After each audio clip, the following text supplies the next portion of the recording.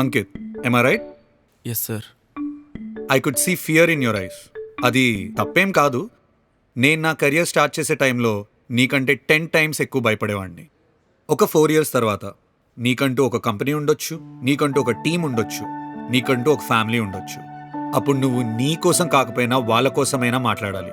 అంటే ముందుగా నువ్వు నీ గురించి మాట్లాడడం నేర్చుకో. చుట్టూ 10 మంది చుట్టాలుంటేనే మాట్లాడలేనుండి పట్టుకుని 30 మంది అనామకుల ముందు మాట్లాడమంటే ఎలా మాట్లాడతా? అలా మాట్లాడవచ్చు కూడానా? నీకంటూ ఒక రోజు వస్తుంది అంకిత్. ఆ రోజు చూస్తారు అందరూ నువ్వేంటో. ఇక్కడెవర్రా పాటలు పాడేది? Hi, I'm Raga. You're Ankit right? స్టార్టింగ్లో ఏదో చెప్తూ ఆపేశా. మీరు డెస్టినీ నమ్ముతారా? అన్నా, ఒక సమోసా ఇవ్వరా? సాంగ్ బాగాలేకపోతే చెప్పొచ్చుగా, మరి అలా వచ్చేయాలా? How mean? క్లాస్లో అయిన సరిపోదా? ఇక్కడ కూడా వచ్చి ఎక్కిరించాలా? ఎక్కిరియడం ఏంటి? నీకు మోటివేషన్ ఇద్దామని వచ్చా. నాకేం వద్దులే నీ మోటివేషన్. ఆ టేబుల్ ఎవరికో కావాలంట, వాడికి ఇవ్వు. థ్యాంక్స్.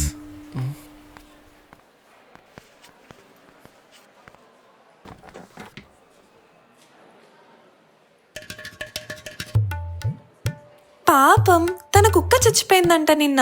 చిన్న టెక్నిక్ చెప్పా, హ్యాపీగా ఫీల్ అయి ఉంటాడంటావా?